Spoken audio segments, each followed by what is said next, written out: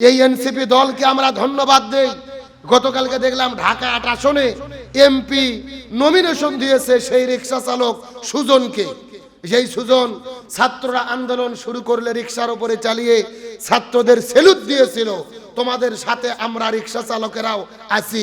মুহূর্তের ভেতরে ছবিটা ভাইরাল হয়, ছাত্র জনতা অনুপ্রাণিত হয়, এই রিক্সা চালককে এনসিপি দল এমপিতে দাঁড়ায় দিয়েছে। আলহামদুলিল্লাহ বলেন। আপনারা খুশি না বেজার? আমরা অবশ্যই খুশি। যেই দেশে হিরো আলম এমপিতে দাঁড়ায়, মমতাজ সংসদে গিয়ে ফাইটে যায়, গান বলে, ওই দেশে 24 জুলাই যোদ্ধা রিক্সা চালক যদি এমপি হয়, এটার দ্বারা আমরা অপমানিত হব না, বরং আমরা গর্বিত সম্মানিত হব। এনসিপিকে ধন্যবাদ দেই, তারা একটা কাজের মতো কাজ করেছে। তার কারণ রিক্সা চালক হলে কি হবে, 24 স্পিডকে সে পূর্ণভাবে ধারণ করেছে। আর ওই আসলে এমপি প্রার্থী, বিএনপির প্রার্থী, বাগা প্রার্থী মির্জা আব্বাস। তার মানে আসল খেলা কিন্তু ওখানেই হবে। আজকে লক্ষ্য করেন, 24 স্পিড ধারণ করলেই তারা শক্তিশালী হবে। ওই ফজলুর রহমান ফজু পাগলা, যাকে নমিনেশন দেওয়া হয়েছে, ও বলেছে হাসিনের রায় মানি না। কারণ কি বলতেছে, যে আদালতের রাজাকারের বিচার হয় ওই আদালতের বিচার আমরা মানি না। আমরা পরিষ্কার করে বলতে চাই, যে আদালতের রাজাকারের বিচার হয়েছে ওই আদালতের হাসিনের রায় হলো তুমি মানো না, এটা আওয়ামী লীগের লোকও বলার সাহস পায়নি। অথচ বিএনপি পরিচয় দিয়ে বিএনপির এমপি প্রার্থী হয়ে এমন বক্তব্য দিল। আমাদের বগুড়ার কৃতি সন্তান তারেক রহমানকে বলি, এটা আপনাদের দলীয় বক্তব্য কিনা পরিষ্কার করবেন। যদি হাসিনার রায়কে আপনারা প্রত্যাখ্যান করেন, এই জাতি আপনাদের বয়কট করতে বাধ্য হবে। আর যদি এটা ফজু পাগলার মন করা বক্তব্য হয়, তাকে জাতির কাছে ক্ষমা চাইতে বলেন। যদি ক্ষমা না চাই, এই জাতি তাকে জুতো পেটা করতে বাধ্য হবে। আমরা দলমত রাজনীতি বুঝি না। স্বৈরাচার হাসিনের পক্ষে যেই দাঁড়াবে, আওয়ামী লীগকে পুনর্বাসনের যারা চেষ্টা করবে, তাদের বিরুদ্ধে আমাদের লড়াই সংগ্রাম চলবে। আমরা পরিষ্কার করে বলি, ওই স্বৈরাচারদের সঙ্গে আমাদের কোনো আপোষ হতে পারে। তাহলে যে কথা বলতে চাচ্ছিলাম, একটা রিক্সা চালক যদি এমপি হয়, অপমানিত হব না, সম্মানিত হব, যদি সে 24 স্পিডকে ধারণ করে। তাহলে আলোচনা করতেছিলাম, আল্লাহ কোরআনে নামাজের ব্যাখ্যা দেয় নাই, হজের ব্যাখ্যা দেয় নাই, জিকিরের ব্যাখ্যা দেয় নাই, তবে পিতামাতার সঙ্গে কেমন ব্যবহার করব এর ব্যাখ্যা দিয়েছেন কে? আরো জোরে বলেন। আমার বন্ধুগণ, মুসলমান ভাইরা গভীর মনোযোগ। ওই পিতামাতা জমিনের ভেতরে যখন বৃদ্ধ বয়সে উপনীত হবে, পিতামাতার সঙ্গে কেমন ব্যবহার করব, আল্লাহ কোরআনের মধ্যে কত সুন্দর করে বলে দিলেন। এমনকি আল্লাহ তাআলা বর্ণনা করলেন, ওই পিতামাতা যদি এই দুনিয়ার মধ্য থেকে বিদায় নিয়ে চলে যায়, বিদায় নিয়ে চলে যাওয়ার পরে তাদের জন্য কি করতে হবে? আল্লাহ কোরআনের মধ্যে বলেন, তোমরা তাদের জন্য দোয়া করবে, ওয়াকুর রব্বির হামহুমা কামা রব্বায়ানি সগীরা। পিতামাতা যদি দুনিয়া থেকে বিদায় নিয়ে চলে যায়, তাদের জন্য দোয়াটা কি হবে, আল্লাহ ওটাও কোরআনে বর্ণনা করেছেন। চিৎকার করে বলেন সুবহান। আমার বন্ধুগণ, মুসলমান ভাইরা গভীর মনোযোগ। এই জন্য ওই পিতা মাতার সঙ্গে ভুলেও কখনো খারাপ ব্যবহার করা যাবে না। বরং পিতা মাতা যদি সন্তানের জন্য দোয়া করেন, ওই পিতা মাতার দোয়াকে কবুল করে নেয় কে? আরো জোরে বলেন। বিখ্যাত কিতাব মুস্তাদরাক হাকিমের মধ্যে এসেছেন, আমার নবীজি বর্ণনা করে বলেছেন, বনি ইসরাইল জামানার ভেতরেই একটা বৃদ্ধ মা সন্তানের জন্য দোয়া করেছিলেন, ও আল্লাহ, আপনার কাছে দোয়া করি আমার সন্তানকে বেশি বেশি ইবাদত করার মতো তৌফিক দিয়ে দেন, বেশি বেশি ইবাদত করার মতো সুযোগ দিয়ে দেন। ওই জামানার ভেতরে পূর্বের আগে আমরা যেই ঘটনা ইতিহাসগুলো জানি, মানুষেরা বাড়ি ঘর ছেড়ে নির্জনে চলে যেতেন, আল্লাহর ইবাদত বন্দেগীর মধ্যে তারা মশগুল থাকতেন, আল্লাহর সন্তুষ্টির জন্য ইবাদত করতেন, বন্দেগী করতেন। এই বিদ্যমান সন্তানের জন্য দোয়া করেছে, আল্লাহ তাআলা তার দোয়াটা কবুল করে নিয়েছে। এই বৃদ্ধর যুবকটা বাড়ি থেকে বের হওয়ার পরে নৌকার মধ্যে রওনা করলেন। সাগরের মাঝখানে বিশাল একটা পাহাড় আছে, ওই সাগরের মাঝখানে ওই পাহাড়ের মধ্যে তিনি ইবাদত করার জন্য চলে গেলেন। আল্লাহর ইবাদত করে, নফল নামাজ পড়ে, কোরআনের তেলাওয়াত করেন, কিন্তু তাদের ভেতরে তার কাছে যতটুকু খাদ্য ছিলেন, খাবার শেষ হয়ে গেল। তিনি মনে মনে চিন্তা করলেন, আমি সাগর পাড়ি দিয়ে খাবার নেওয়ার জন্য বাড়িতে যাব, নাকি আল্লাহর ইবাদত করব, বন্দেগী করব। কিন্তু ইবাদতের ভেতরে এত বেশি আনন্দ পেয়ে গেছে, এত বেশি মনের মধ্যে মজা পেয়ে গেছে, এই জন্য তিনি পাহাড় ছেড়ে সাগর পাড়ি দিয়ে বাড়িতে আসতে চায় না। তিনি আল্লাহর ইবাদত করার জন্য ওই জায়গার মধ্যেই তিনি মাসগুল হয়ে গেলেন। যতটুকু খাবার ছিলেন খাবারগুলো শেষ হয়ে গেলেন। তারপরে তিনি ইবাদত ছাড়লেন না, ইবাদত চালিয়ে যাচ্ছিলেন। আবার বন্ধুগণ, মুসলমান ভাইরা গভীর মনোযোগ, একদিন পার হয়ে যায়, তারপরেও তিনি পাহাড় ছেড়ে সাগর ছেড়ে বাড়িতে আসেন না। 2 দিন পার হয়ে যায়, 3 দিন পার হয়ে যায়, পেটের মধ্যে ক্ষুধা, খাবারের দরকার, কিন্তু তার খাবারের কথা কোনো স্মরণ নাই। আল্লাহর ইবাদতে এত বেশি মজা, তিনি বাড়ির মধ্যে আসার কোনো পরিকল্পনা নেন নাই। 1 নয় 2 নয় 3 দিন পার হয়ে যাওয়ার পরে লক্ষ্য করে তিনি দেখতে পারেন, তিনি যেই জায়গার মধ্যে আল্লাহকে সেজদা দিয়েছিলেন, ওই সেজদার জায়গার চতুর্দিকে আল্লাহ রাব্বুল আলামিন বিভিন্ন প্রকারের ফলের গাছ আল্লাহ তাআলা তৈরি করে দিয়েছেন। চতুর্দিকে তিনি ফলের গাছ লক্ষ্য করে দেখলেন। চতুর্দিকে দেখলেন তিনি আপেলের গাছ দেখা যায়, ডালিমের গাছ দেখা যায়, আঙুর ফলের গাছ দেখা যায়। তিনি ফলগুলো খাওয়া শুরু করে দিলেন। কিন্তু সাগরের পানিগুলো লবণাক্ত, লবণাক্ত পানি খাওয়ার মতো কোনো সুযোগ নাই। ওই পানিগুলো খেলে মানুষগুলো দুনিয়া থেকে বিদায় নেবে, বিভিন্ন রোগ বালা শরীরের মধ্যে ধরতে পারে। তিনি লক্ষ্য করে দেখে, যখন তার পানির প্রয়োজন হয়ে গেলেন, তৃষ্ণার্ত হয়ে গেলেন, পানির যখন তার প্রয়োজন, তিনি লক্ষ্য করে দেখেন যেই জায়গায় তিনি নামাজের সেজদায় অবনত ছিলেন, তার নামাজের নামাজের সাইড থেকে আমার আল্লাহ তাআলা মিষ্টি পানির একটা ঝর্ণা নির্ণয় করে দিয়েছেন। এই যুবকটা এই জায়গার মধ্যে ইবাদত করা শুরু করে দিলেন।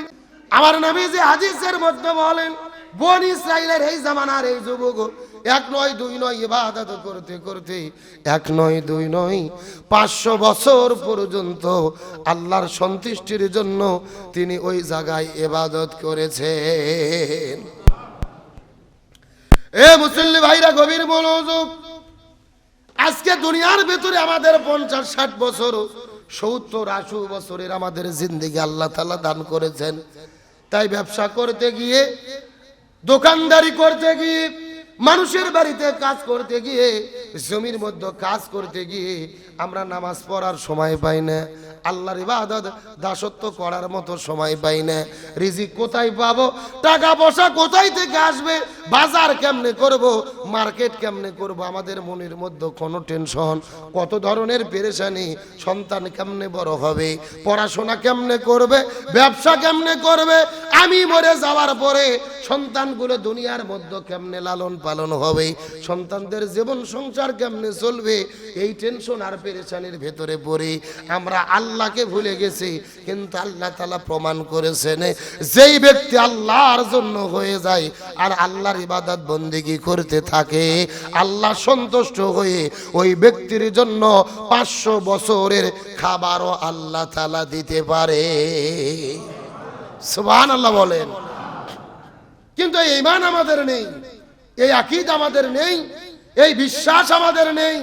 এতটুকু বিশ্বাস যদি আমাদের ভেতরে থাকতো, আমাদের রিজিক নিয়ে কোনো টেনশন করা লাগতো। এ মুসলমান ভাইরা গভীর মনোযোগ, আপনি কোন রিজিকের জন্য টেনশন করেন? আল্লাহ যখন আপনার মায়ের পেটের মধ্যে আপনাকে সৃষ্টি করে দিয়েছিলেন, বাবা মার মেলামেশার পরে ওই বাবার ঔরস থেকে 1 ফোঁটা বীর্য যখন আপনি মায়ের গর্ভের মধ্যে চলে গেলেন, 2-3 মাস পার হয়ে গেল, আল্লাহ মায়ের গর্ভের ভেতরে আপনাকে লালন পালন করলেন, আমাকেও আমার মায়ের গর্ভের মধ্যে লালন পালন করলেন। 40 দিন পার হয়ে গেল, আরো 40 দিন পার হলো, আরো 40 দিন পার হলো, 1 ফোঁটা নাপাক পানি থেকে আল্লাহ তাআলা একটা রক্তের দলা তৈরি করলেন, সেখান থেকে আমাদের গোস্ত তৈরি করলেন, হাড় তৈরি করলেন, হাত পা বানায় দিলেন, মাথা তৈরি করে দিলেন, চোখ বানাইলেন, পুরো দেহ আর বডি বানাইলেন। যে আল্লাহ মায়ের গর্ভের ভেতরে, যে আল্লাহকে ডাকার দরকার হয় নাই, চাকরি বাকরি করার দরকার হয় নাই, রিজিকের টেনশন করার দরকার হয় নাই, একটা ফোঁটা নাপাক পানি থেকে ওই মায়ের গর্ভের ভেতরে 4 কেজি 5 কেজি ওজনের একটা পূর্ণাঙ্গ সন্তান যিনি বানায়া দিয়েছেন তিনি কে? গভীর মনোযোগ লক্ষ্য করুন। তাহলে আল্লাহ কোরআনে নামাজের ব্যাখ্যা দেন নাই, হজের ব্যাখ্যা দেন নাই, জিকিরের ব্যাখ্যা দেন নাই, কিন্তু পিতা মাতার সঙ্গে কেমনে খেদমত করব, কেমন আচরণ করব, আল্লাহ কোরআনের মধ্যে কেন ব্যাখ্যা দিলেন?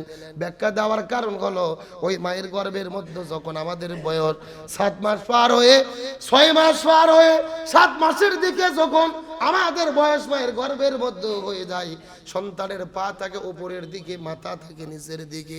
পৃথিবীর চিকিৎসা বিজ্ঞানী গুণ বলেন 7 মাস যখন বয়স মায়ের পেটের মধ্যে সন্তানের হয়ে যায়, ওই পা গুলো উপরের দিকে মায়ের কলিজা বরাবর ঠেকে যায়, মাথা থাকে নিচের দিকে, পা থাকে উপরে মায়ের কলিজা বরাবর। এই সন্তানগুলো মায়ের কলিজার মধ্যে আঘাত করতে থাকে। আপনিও আপনার মায়ের কলিজাতে লাথি মেরেছেন, আমিও আমার মায়ের কলিজার মধ্যে লাথি মেরেছি। কত মা নির্জন নিবৃত্তিতে কান্না করেন, হাউমাউ করে কান্না করে না, নীরবে নীরবে গর্ভবতী মারা কান্না করে। চোখের কোণে কতদিন কেঁদেছেন আপনি বুঝতে পারেন নাই। আপনার স্ত্রী কতদিন কেঁদেছে, কত রাত কেঁদেছে, হাউমাউ করে দুনিয়ার কোনো মানুষকে বুঝতে দেয় নাই। সন্তান যখন মায়ের গর্ভের মধ্যে কলিজার মধ্যে আঘাত করে, ওই মা নিজে নিজেই কষ্টে অনুভব করে কান্না করেছে, আর মনে মনে ভেবেছে যত কষ্টই পাই না কেন, একটা সন্তান দুনিয়ার মধ্যে আগমন করবে, একবার যখন মা বলে ডাকবে, ওই মা ডাকের উসিলায় আমার জীবনের সবগুলো কষ্ট আল্লাহ তাআলা লাঘব করে দেবে। এ মুসলমান ভাইরা, গভীর মনোযোগ। কোন মায়ের কথা আপনাদেরকে বলতেছি? এই যে মায়ের কলিজা বরাবর পা লেগে গেল, মাথা নিচের দিকে থাকলেন, পৃথিবীর চিকিৎসা বিজ্ঞানীগণ বর্ণনা করে বলেন 3-4 মাসের ভেতরে এই সন্তানগুলো মায়ের কলিজায় লাথি মারতে মারতে 1 নয় 2 নয় 3000 বার থেকে শুরু করে 3500 বার পর্যন্ত প্রতিটা সন্তান মায়ের কলিজার মধ্যে লাথি মারে। এ মুসল্লি ভাইরা, আপনি আপনার মায়ের কলিজার মধ্যে লাথি মেরেছেন, আমিও আমার মায়ের কলিজার মধ্যে লাথি মেরেছি। এই দুনিয়ার মধ্যে কত মা আছেন কষ্ট সহ্য করতে পারে না। পৃথিবীর চিকিৎসা বিজ্ঞানীগণ বল, এই পৃথিবীর ভেতরে একটা কোনো সুস্থ মানুষকে বাইরে থেকে কলিজার মধ্যে যদি আঘাত করা হয়, ওই মানুষটা দুনিয়ার মধ্যে বেঁচে থাকার কোনো কথা নয়।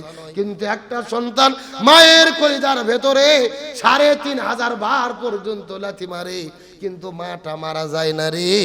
বরং যেই সন্তান মায়ের কলিজার ভেতরে যত বেশি লাথি মারে, ওই মায়ের সঙ্গে সন্তানের ভালোবাসা মহব্বত সম্পর্ক আল্লাহ আরো তত বাড়ায়া দেয়। লিল্লাহি তাকবীর। আমার বন্ধুগণ, মুসলমান ভাইরা, গভীর মনোযোগ। আমি আপনাদেরকে কোন মায়ের কথা বলতেছি? এই যে 3500 বার পর্যন্ত মায়ের কলিজার মধ্যে আঘাত করলাম, এই জায়গার মধ্যেই কিন্তু শেষ নয়।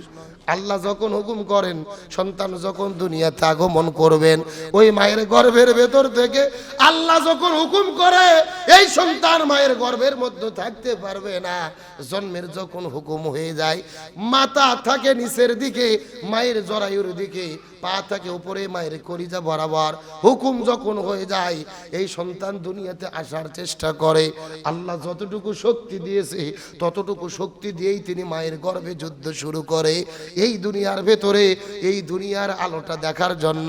কিন্তু মায়ের জরায়ু ভেদ করে এই দুনিয়ার ভেতরে আগমন যখন করবেন, 1 নয় 2 নয়, বড় বড় 3টা পর্দা ভেদ করে এই দুনিয়ার মধ্যে আগমন করতে হয়। প্রত্যেকটা সন্তান জন্মের সময় 1 নয় 2 নয় 2 বালতি থেকে 2.5 বালতি পর্যন্ত রক্ত মায়ের শরীরের মধ্যে থেকে ঝরাতে হয়। কিন্তু সন্তান যখন দুনিয়াতে আগমন করবে, উপরের দিকে পা কলিজার মধ্যে ঠেকাই দিয়া মাথাটা নিচের দিকে দুনিয়াতে আগমন করার জন্য যখন লড়াই সংগ্রাম করে, কলিজাতে বারবার পা দিয়ে লাথি মারে, ধাক্কা মারে। এই দুনিয়ার ভেতরে কত মা সন্তান প্রসব করতে গিয়ে মৃত্যুবরণ করে বিদায় নিয়ে চলে গেছেন, আর দুনিয়ার আলো বাতাস দুনিয়ার মধ্যে দেখতে পারে নাই। পৃথিবীর চিকিৎসা বিজ্ঞানীগণ বলেছেন, সন্তান যখন মা প্রসব করবে অন্তত 70% মা সন্তান প্রসবের সময় অজ্ঞান হয়ে সেন্সলেস হয়ে মাটির মধ্যে পড়ে যায়।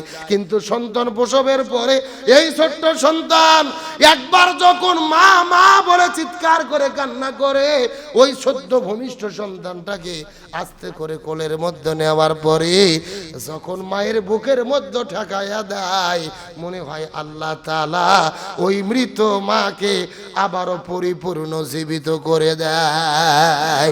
জোরে বলেন না আল্লাহু আকবার। এই জন্য আমার আল্লাহ তাআলা ওই মায়ের সঙ্গে আপনি কেমন ব্যবহার করবেন, মায়ের সঙ্গে আপনার কেমন আচরণ হবে, ওই মায়ের সঙ্গে কথা কেমনে বলবেন, এই বিষয়টা আল্লাহ কিন্তু কোরআনের মধ্যে ব্যাখ্যা দিলেন। আপনি মায়ের সঙ্গে পাখি যেই রকম ডানা দিয়ে সন্তানদেরকে আগলিয়ে রাখে, ওই বৃদ্ধ বয়সে মা বাবা যদি আপনার কাছে উপনীত হয়, ওই ডানার মতো তাদেরকে আগলায় রাখতে হবে। হুকুম কার?